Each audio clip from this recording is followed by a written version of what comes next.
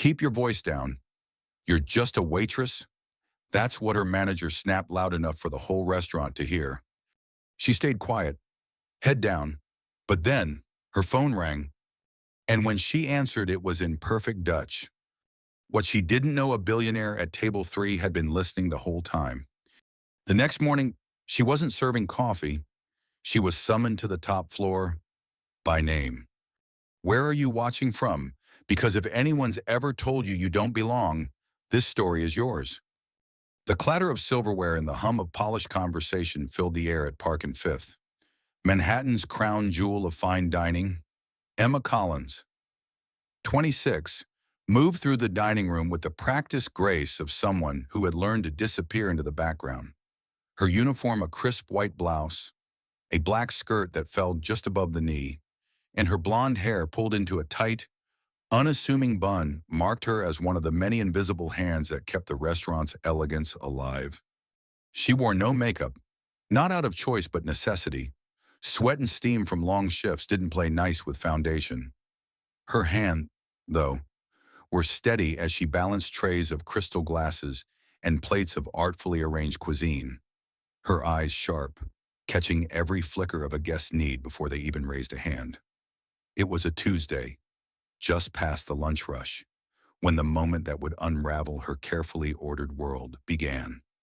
She was clearing a table near the bar when her manager, a wiry man named Paul with a perpetual sneer, leaned in too close. "Emma, don't hover near the guests ordering the imported wines," he said, his voice low but cutting. "You wouldn't understand the difference between a Bordeaux and a Barolo. Stay out of their way." The words stung, not because they were new. Paul had a habit of wielding his authority like a blunt knife, but because they echoed a deeper truth she'd buried long ago. She wasn't meant to stand out. Not here. Not anywhere.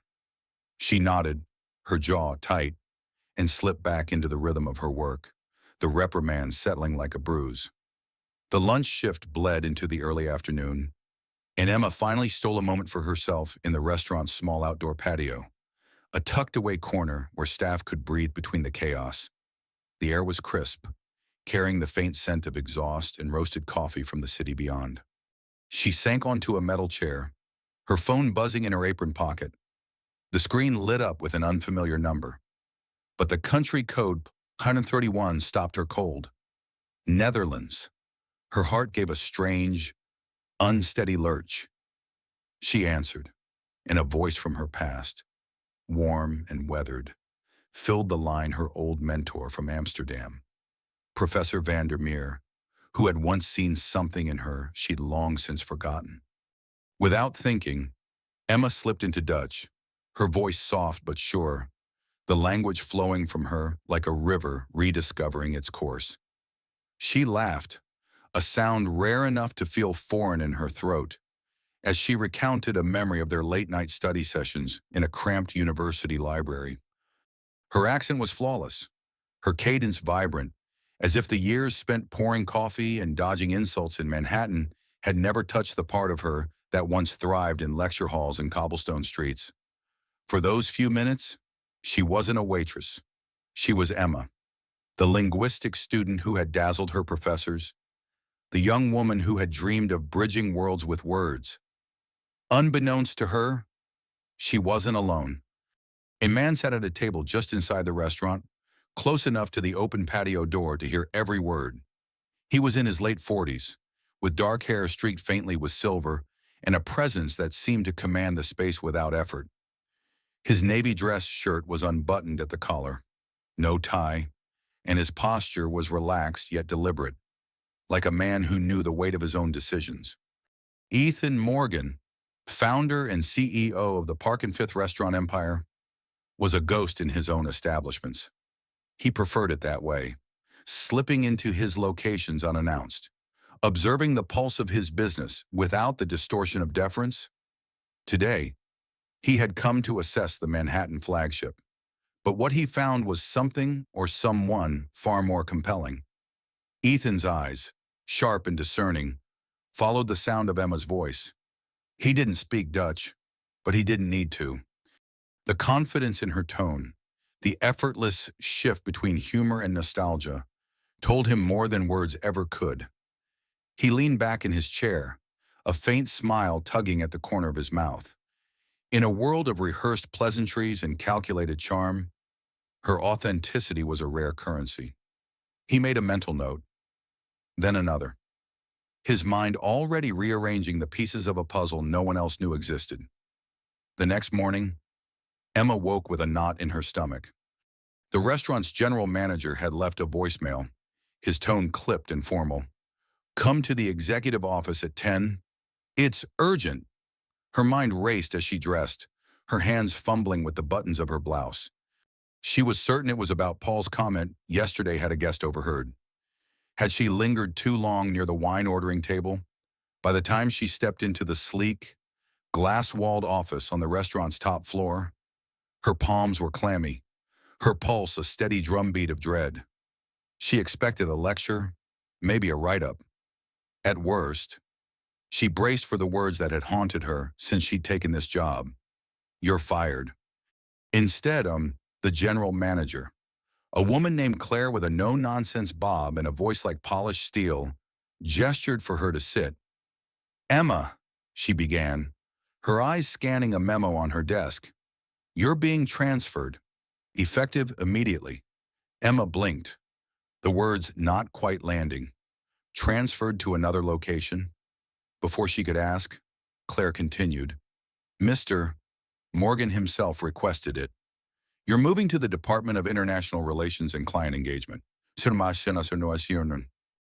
new role will involve hosting our international investors, particularly those from the Netherlands. Your salary," Claire paused, as if the number surprised even her, "will be tripled." The room seemed to tilt. Emma's breath caught, her mind scrambling to make sense of the impossible. Triple her salary, international relations. She hadn't applied for anything, hadn't even known such a department existed. And who was Mr. Morgan? The name sounded vaguely familiar, like a whisper from a staff meeting she'd tuned out. Claire slid a contract across the desk, the pages heavy with terms Emma couldn't process. She signed, her hand trembling, not because she understood, but because she was too stunned to do anything else. Later that afternoon, as she stood in the empty dining room, still reeling, a figure approached. It was the man from the patio, the one in the navy shirt, though now he carried an air of quiet authority that made the space around him feel smaller. He extended a hand, his grip firm but not overpowering. "Ethan Morgan," he said simply, his voice low, like he was sharing a secret. "I wanted to meet you myself." Emma's mouth went dry. The CEO, the man who had built Park and Fifth from a single bistro into a global name. She stammered something incoherent, but he waved it off, his gaze steady, almost searching. "I don't create positions for just anyone," he said, his words deliberate, each one landing like a stone in still water. "I created this one for you, because yesterday, for the first time in a long while, I heard something truly valuable." He paused, letting the weight of his words settle. "You weren't performing. You weren't trying to impress. You were just you. And that's rarer than you think." He turned to leave, but not before adding, "Don't let anyone tell you what you can't understand. Not wine, not the world. You're already ahead of them." Emma stood frozen, the echo of his words mingling with the faint clink of glasses being polished behind her. For the first time in years, she felt the stir of something she'd thought was lost possibility. The bruise from Paul's insult began to fade, replaced by a quiet, burning resolve. She didn't know what this new role would demand or where it would lead, but she knew one thing with absolute clarity: she was done blending into the background. The glass doors of the Park and Fifth corporate office gleamed under the morning light, reflecting a version of Emma Collins she barely recognized. Her navy pencil skirt hugged her frame with quiet confidence, the white silk blouse soft against her skin, and the name tag pinned to her chest, Emma Collins. International liaison felt like a badge from a life she hadn't yet earned. At 26, she had spent years fading into the chaos of the restaurant floor, her existence measured by the clink of plates and the weight of trays. Now, stepping into the sleek, minimalist office with its polished wood floors and floor-to-ceiling windows, she felt like an imposter in her own story. The air smelled of fresh coffee and ambition, and every glance from her new colleagues carried a question: who is she, and how did she get here? The whispers started before she'd even reached her desk. A cluster of staff from the restaurant's front-of-house team stood near the break room, their voices low but sharp enough to cut. International liaison. Really, one muttered. A woman who had once trained Emma on table settings. What? She's too good to wipe tables now. Another, a server with a knack for gossip, smirked. Guess she said the right thing to the right person at the right time.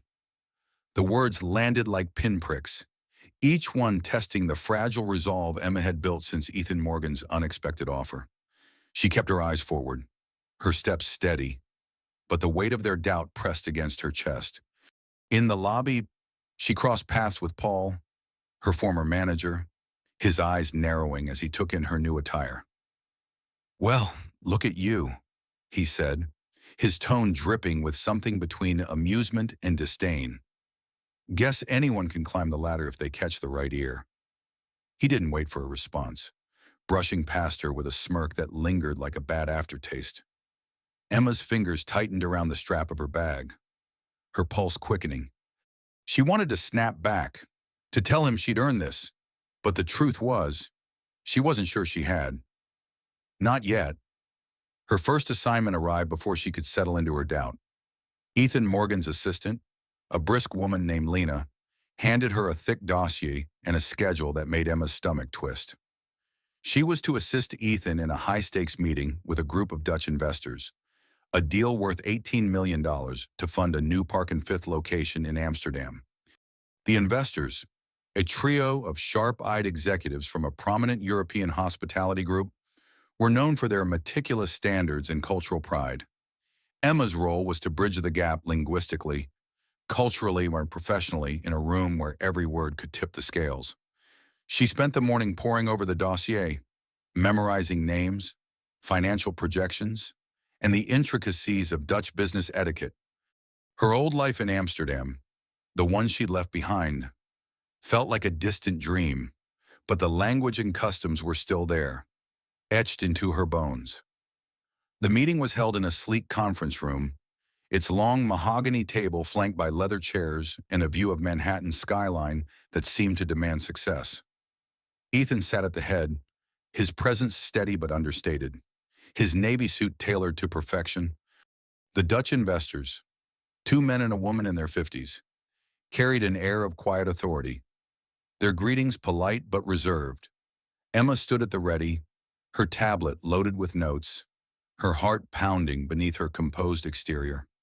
She handed out the prepared documents, her Dutch flawless as she welcomed the group, but a flicker of unease hit her when she noticed the weight of the folders felt off. She opened one, her breath catching. The financial projections were wrong, wildly wrong, swapped with outdated figures from a different deal. Her eyes darted to the other side of the room, where a familiar face lingered: Claire, a senior staff member from the restaurant who had always been close with Paul. Claire's lips twitched, a fleeting smirk that vanished as quickly as it appeared. The sabotage was deliberate, a test designed to watch Emma falter. For a moment, panic clawed at her throat. The investors were already flipping through the documents, their brows furrowing. Ethan's gaze flicked to her, not accusing, but expectant, as if he knew she could handle this. Emma took a breath, her mind racing. She couldn't fix the documents now, but she could pivot. "Pardon me," she said in Dutch, her voice calm but firm, addressing the investors directly. "There seems to be a mix-up with the printed materials. Allow me to clarify the correct figures." She pulled up the accurate projections on her tablet, projecting them onto the screen, and walked the group through the numbers with a clarity that belied her racing pulse. She switched effortlessly to English when addressing Ethan, ensuring everyone was aligned. The investors nodded, their initial skepticism softening. Emma felt the room shift, the air growing lighter as she reclaimed control. Then came the moment that changed everything. Midway through the discussion, one of the investors, a man named Peter, leaned forward, his tone clipped. "Your proposal assumes a certain cultural alignment," he said in Dutch, "but I'm not convinced you understand our market's priorities." The room tensed, the weight of 18 million hanging in the balance. Emma caught the subtle misstep in his words, a cultural nuance Ethan's team had overlooked. The proposal emphasized efficiency and scale American priorities, but Peter's comment hinted at a deeper value community and heritage, the soul of Dutch dining. She stepped in, her voice steady but warm. "If I may, Mr. Van Dyke," she said, addressing him directly in Dutch. "I believe what you're highlighting is the importance of gezelligheid, that sense of warmth and connection central to Dutch culture. Our Amsterdam location will prioritize local partnerships and intimate design to reflect this, not just scale." She turned to Ethan, translating her insight with precision, then back to Peter. "Does that align with your vision?" Peter's eyes softened, a faint smile breaking through. "Yeah," he said, leaning back. "Now we're speaking the same language." The room exhaled. Ethan's gaze met hers, a spark of pride in his eyes, though his face remained composed. The meeting ended with handshakes and tentative agreements, the deal not yet signed but closer than it had been in months. As the investors left, Ethan turned to Emma, his voice low. "You just saved a deal we've been chasing for half a year," he said, the weight of his words settling over her like a mantle. "You saw what no one else did." Later, as the office quieted and the city's lights began to glitter beyond the windows, Ethan found her at her desk, still processing the day. "Emma," he said, his tone softer now, almost personal. "Can you join me tonight? Not for work. I'd like to show you where I come from." The invitation caught her off guard, her mind flashing to the whispers, the doubts, the weight of proving herself. She hesitated, searching his face for motive, but found only sincerity. Something in his eyes, a quiet recognition of her worth, made her nod. "Yeah," she said, her voice steady, a new kind of courage stirring within her. As they stepped into the evening, the city buzzing around them, Emma felt the first threads of a life she hadn't dared imagine weaving together, one where she was no longer the girl behind the curtain, but the woman stepping into the light. The Manhattan skyline shimmered below, a constellation of lights that seemed to pulse with the city's restless heartbeat. Emma stood on the rooftop of a quiet, unassuming building, the kind of place you'd miss if you didn't know where to look. The air was cool, carrying the faint hum of traffic far below, and the space around her felt intimate, almost sacred, despite the sprawl of the world beyond. Ethan Morgan, the man who had upended her life with a single conversation, stood beside her, his hands in his pockets, his gaze fixed on the horizon. There was no agenda tonight, no investors to impress, no deals to close, just the two of them, and the weight of a moment that felt like it could change everything. Ethan broke the silence first, his voice low, threaded with a vulnerability she hadn't expected. "My father used to clean floors in a restaurant not far from here," he said, his eyes still on the city. "I was 6, maybe 7, when I started helping him wiping tables, sweeping corners. I saw how people looked at him, like he was invisible, worse, like he was less." He paused, his jaw tightening. "I built Park and Fifth so no one would ever have to feel that way again. Not on my watch." The words carried the weight of a promise kept, a life shaped by the quiet dignity of a man who had scrubbed floors to give his son a chance. Emma felt something shift inside her, a door creaking open. She hadn't planned to share her own story. Years of waitressing had taught her to keep her past locked away, but his honesty disarmed her. My mom taught me 3 languages before I was 10, she said, her voice soft but steady. French, Dutch, English. She'd sit me down at our kitchen table, her hands stained from cleaning houses, and make it feel like a game. She wanted me to see the world, to have choices she never did. Emma's throat tightened, but she pressed on. She died when I was 16. No insurance, no savings, just me and her dreams for me. Every step I take, every time I push forward, I think, Mom, I'm still walking for you. The night seemed to hold its breath. Ethan turned to her, his eyes searching, not with the calculated intensity of a CEO, but with something raw, unguarded. For a moment, they were just two people who had seen the world's sharp edges and kept going. The silence between them wasn't empty. It was alive with understanding, a recognition that ran deeper than words. Then Ethan spoke, his voice quieter now, almost hesitant. I don't know when it happened, he said, but I don't see you as just an employee anymore. You're someone I can't imagine my life without. The confession hung in the air, fragile and heavy all at once. Emma's heart stuttered, a rush of warmth colliding with a spike of fear. She wanted to reach for him, to let herself feel the truth of his words. But the whispers from the office, the smirks from Paul, the weight of her own doubt held her back. If people find out, she said, her voice trembling, they'll say I got here because of you. They'll say I didn't earn it. Ethan's gaze didn't waver.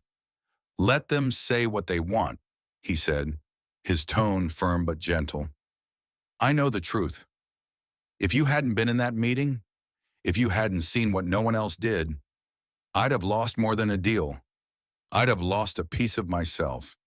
His words weren't a plea or a promise, they were a fact, as certain as the city lights below. And in that moment, Emma felt the wall she'd built around herself begin to crack.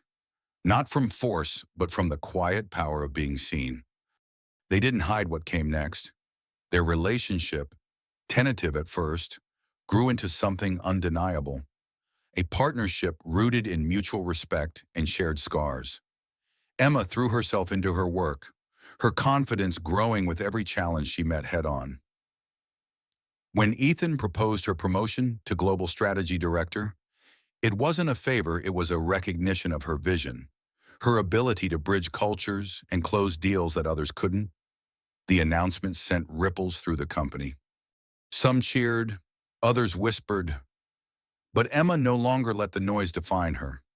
She had proven herself, not just to Ethan, but to the part of herself that had once believed she belonged in the background. Months later, they stood together in Amsterdam, the city where Emma had once been a wide-eyed student, now returned as a leader. The new Park and Fifth location was set to open, its sleek design infused with the warmth of gazelligheid she had championed. The press conference was packed, cameras flashing, reporters scribbling notes. The media had latched onto their story, the CEO and the former waitress, some framing it as a fairy tale, others as a scandal. Emma felt the weight of their scrutiny, but she stood tall, her hand brushing Ethan's as they faced the crowd. When a journalist asked, pointedly, why Ethan had chosen her for such a pivotal role, he didn't hesitate. I didn't choose Emma because she's different, he said, his voice carrying the quiet authority that had built an empire. I chose her because she's the best person I've ever met for this job, for this company. For me, the room stilled, the weight of his words cutting through the chatter. Emma felt a lump in her throat, not from the praise but from the certainty in his voice, the kind that left no room for doubt. As the conference ended and the crowd dispersed, Emma looked out at the Amsterdam canals, their waters reflecting the golden glow of streetlights. She thought of her mother, of the kitchen table where she'd learned to dream. She thought of Ethan's father, scrubbing floors to give his son a future. And she thought of the woman she'd become, not a waitress, not a liaison, but a force, steady and unyielding. With Ethan beside her, not as a savior, but as a partner, She knew this was only the beginning. The world could talk, but she was done listening to anyone but herself. She didn't raise her voice. She didn't fight for a seat at the table. She simply answered a call as her true self. And that one quiet moment, it changed everything. Because sometimes, what sets you apart isn't how loud you speak, but the language only the right people recognize. So let me ask you, have you ever been judged too quickly until someone saw the real you? Share your story below. And if this one moved you, don't forget to subscribe to Sir Alex Stories, where simple women lead powerful lives.